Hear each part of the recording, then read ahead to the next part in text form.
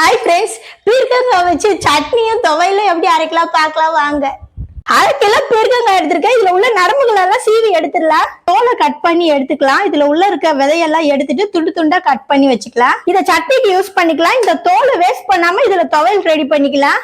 3 spoon எண்ணெய் சேர்த்துக்கலாம். கடலை பருப்பு, உளுத்தம் பருப்பு, 2 வெங்காயம், 2 தக்காளி, 10 பல்லு பூண்டு, காரத்துக்கு ஏற்ற வரமிளகாய், தேவையான அளவு உப்பு, அரைச்சி வச்ச பீர்க்கங்காய், கைப்பிடி அளவு கொத்தமல்லி. வதங்கி வந்துருச்சு. இதை ஆற வச்சு அரைச்சி எடுத்துக்கலாம். ஒரு 4 ஸ்பூன் எண்ணெய், கடலை பருப்பு, உளுத்தம் பருப்பு 2 ஸ்பூன், 6 பல் பூண்டு, 3 வரமிளகாய், 2 ஸ்பூன் தனியா, சீரகம் 1 ஸ்பூன், தோலை துண்டு துண்டா கட் பண்ணி வச்சிருக்கேன். இதுல சேர்த்துக்கலாம்.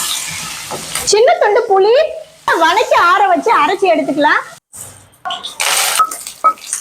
சூப்பரான பீர்க்கங்காயில சட்னியும் துவையில ரெடி ஆயிடுச்சு. நீங்களும் ட்ரை பண்ணி பாருங்க.